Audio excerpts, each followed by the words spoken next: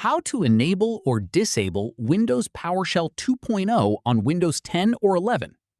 This tutorial shows you how to toggle it through Windows features.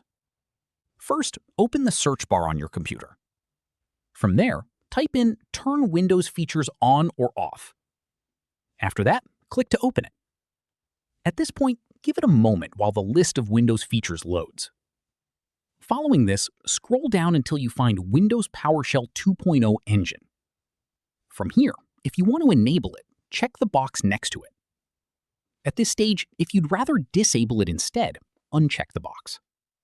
Following this, click OK to apply the change. Give it a moment while Windows applies the setting.